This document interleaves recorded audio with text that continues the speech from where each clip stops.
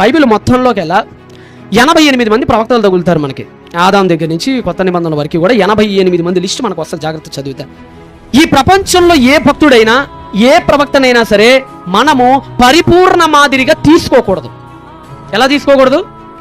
కొన్ని విషయాల్లోనే వాళ్ళు మనకు మాదిరి, అన్ని విషయాల్లో వాళ్ళు మనకి మాదిరి కాదు. ఎందుకంటే నువ్వు ఒక ప్రవక్తను వెంబడించావంటే ప్రవక్త నిలబడినంతసేపు నువ్వు నిలబడతావు. ప్రవక్త పడిపోతే, అబ్రహాం గారు ఉన్నారండి, గుడ్డిగా అబ్రహాం గారిని ఫాలో అయిపోయావు అనుకోండి, అబ్రహాం గారు పడ్డారా లేదా?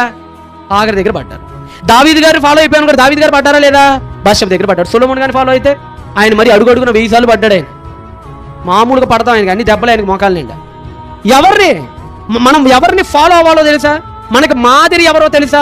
మనని ఎవరిని చూచి ముందు అడిగేయాలో తెలుసా? చదవండి ఇప్పుడు దాని మళ్ళా. విశ్వాసమునకు కర్తయును దానిని కొనసాగించువాడగు యేసు వైపే చూడండి. 11వ అధ్యాయంలో హేబేలు ఇచ్చారని హేబేలు వైపు, సంసోను గురించి ఇచ్చారని సంసోను వైపు, అబ్రహాము, దావీదు, ఇస్సాకు, యాకోబు, యోసేపుల వైపు చూశారు. వాళ్ళు పడిన చోట మీరు పడతారు, వాళ్ళు నిలబడినప్పుడే మీరు నిలబడతారు. అందుకనే వారి వైపు చూడకండి, ఎవరి వైపు చూడండి? యేసు వైపే చూడండి.